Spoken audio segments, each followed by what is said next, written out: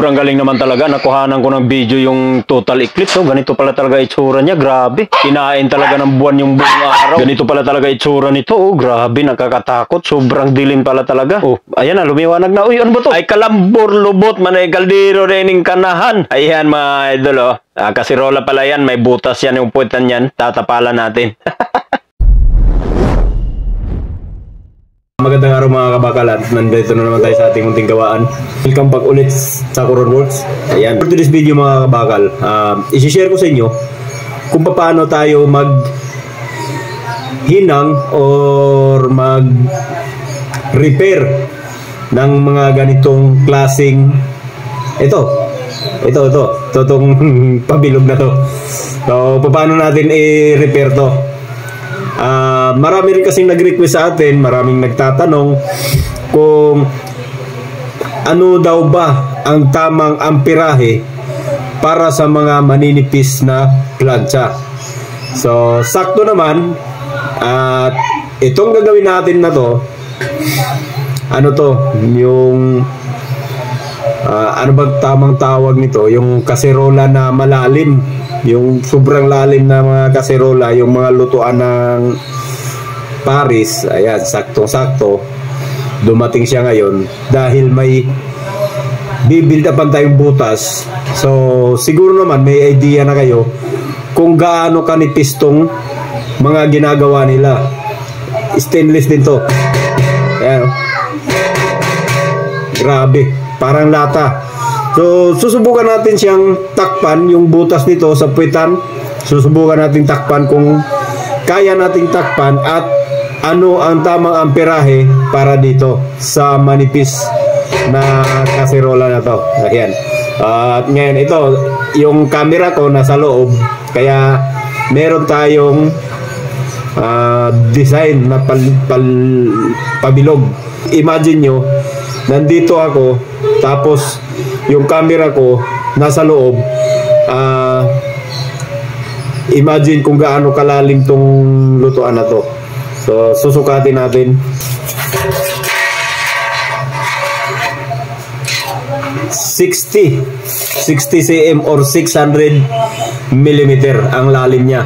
So, malalim talaga kasi yung mga nakita nyo naman, yung mga nagninegosyo ng parisan, talagang malalalim yung mga lagayan nila sa ano, kasi sa sabaw yan eh.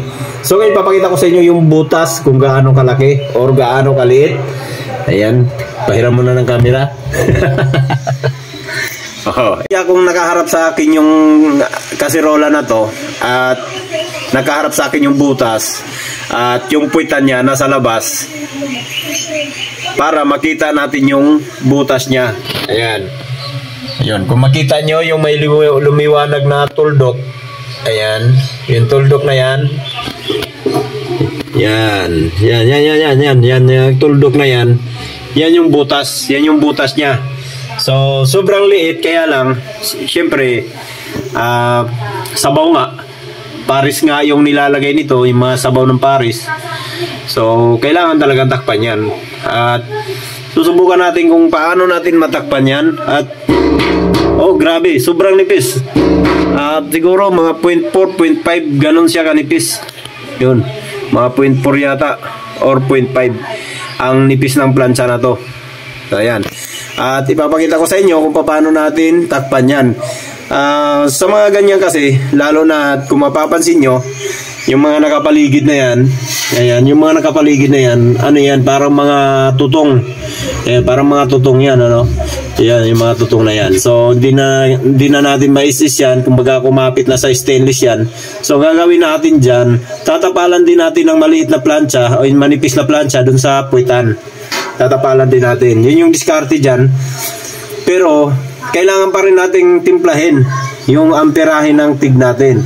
Nung mga nakaraan kong vlog, mga nakaraan kong video, pagka kahit mga 0.8, 0.7, 1.0, iyon, hindi na ako nag-a-adjust ng amperahe ng TIG natin. Kung anong ampere ng TIG na gamit natin or yung makina natin, yun na yun, hindi na ako nagsisit doon na hinaan, lakasan, kasi kinokontrol ko lang siya sa switch dahil automatic naman yung gamit natin or yung high frequency na TIG.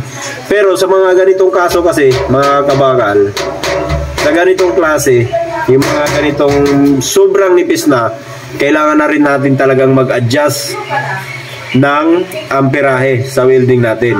So, susubukan natin dun sa pinakamahina, kasi hindi natin pwedeng isagadin yung pinakamahina niya na 30 ganon, kasi hindi na kayang lusawin.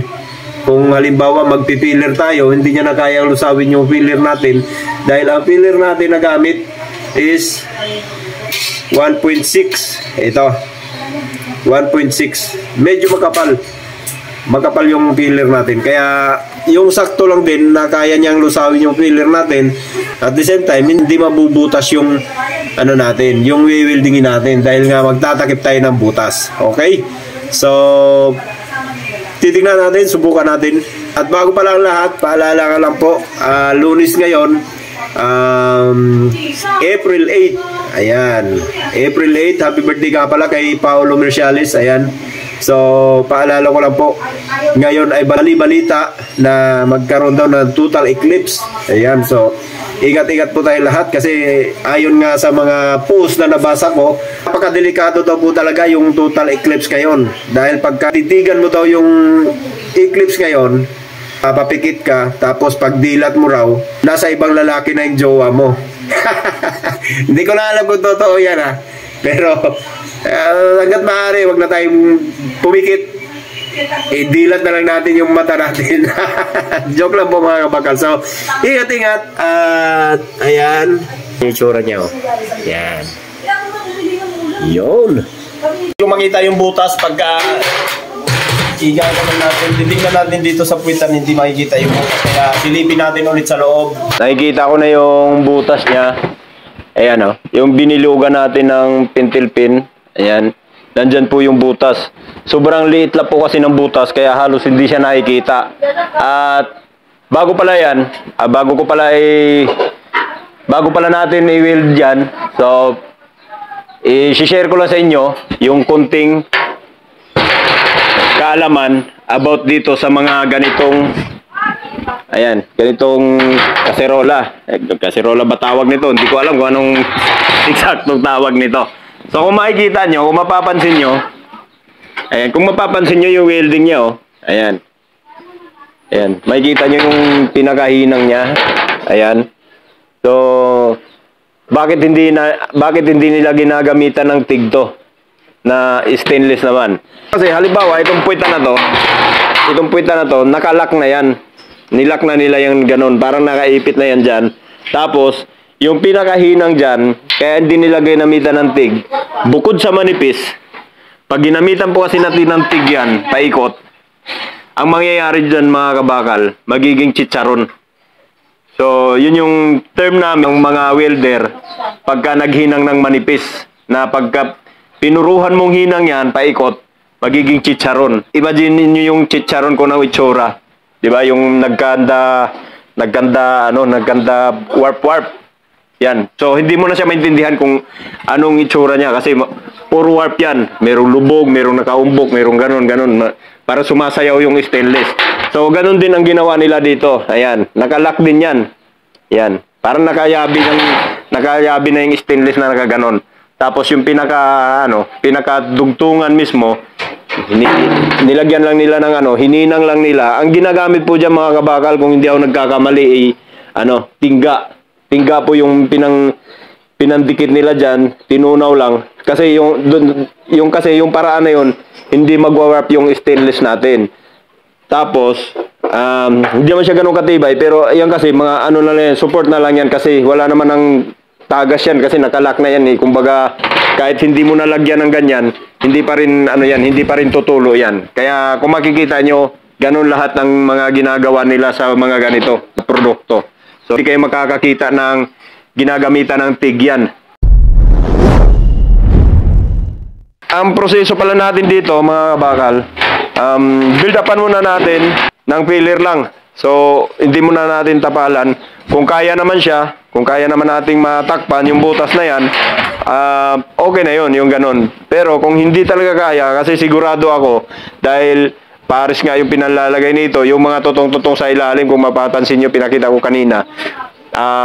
Isa yun sa dahilan na pagka nakaamoy siya ng welding or nakaamoy siya ng TIG, pag ispat natin, sasabog yun, puputok yun. Kaya ang magiging tendency doon, lalaki yung butas. So pagka ganun ang mangyayari, no choice tayo, tatapalan natin ng panibagong stainless, tapos kahit maliit lang na sakto lang doon sa butas, tapos i-weld natin yun paikot. Ganun yung proseso natin kung kakayanin. Okay? Ito yung butas niya.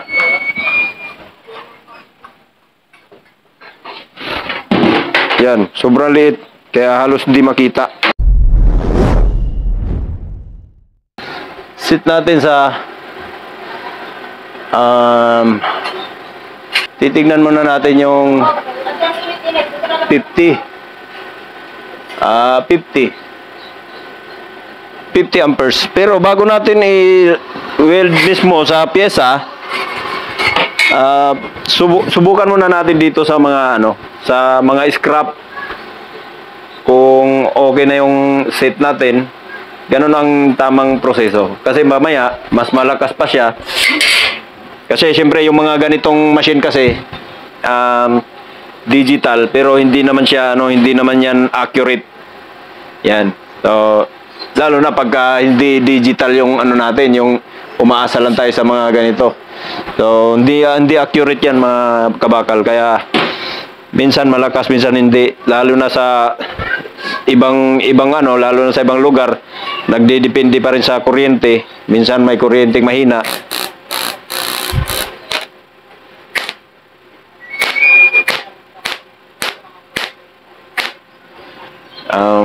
So medyo okay naman yung 50. Okay, dito. Sobrang liit, halos di makita yung butas niya. Oh.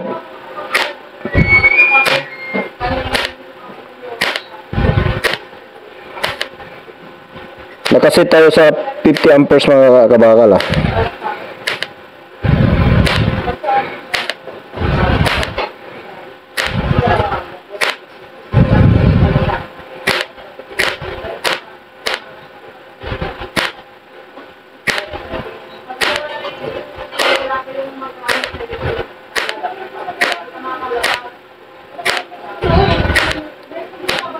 Yan.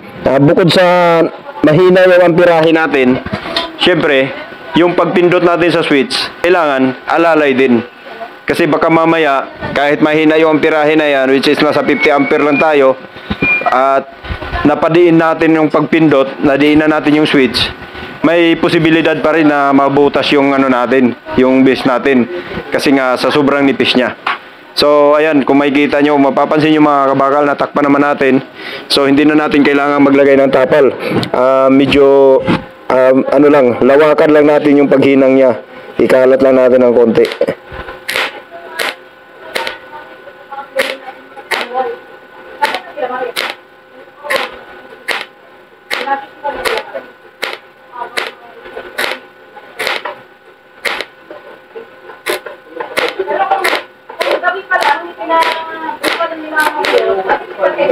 Yan.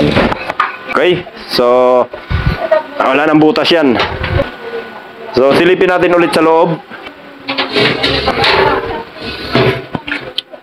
Aha. Ayun. So wala na. Wala na tayong makitang tuldok dyan. So ito yung hininang natin, oh. Ayan, oh. Yan yung hininang natin. Amoy amoy baka. So ayan, oh. Yan, kung mapapansin nyo, parang may mga bukol-bukol. Ayan. Uy, ayan. Yan yung hininang natin. Okay. So, pag tinignan naman natin dito, ayan yung itsura ng build-up natin. So, susubukan natin lagyan ng tubig para sigurado tayo walang tulo. Kuha mo natin yung tubig.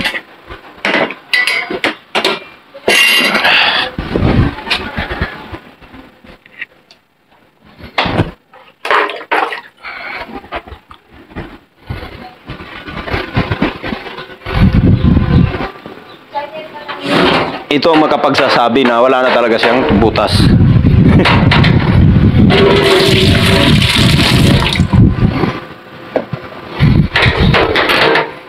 Yan. Yan. Okay na. So, wala na. Wala naman tumutulo. So, ayun. Hanggang dito na lang muna tayo at sana meron tayong nakakuhang kunting kaalaman dito sa ginawa natin ngayon. At sana makatulong po itong video na to para sa ating mga baguhan na mga aspiring welder. At kung meron kayong mga katanungan, mag-comment lang kayo, mag-iwan lang kayo ng komento dyan sa baba at magagawa natin ang paraan yan. At maraming salamat po at sana patuloy po kayong sumuporta sa aking mga video. At kita po tayo sa susunod na ating video. Thank you.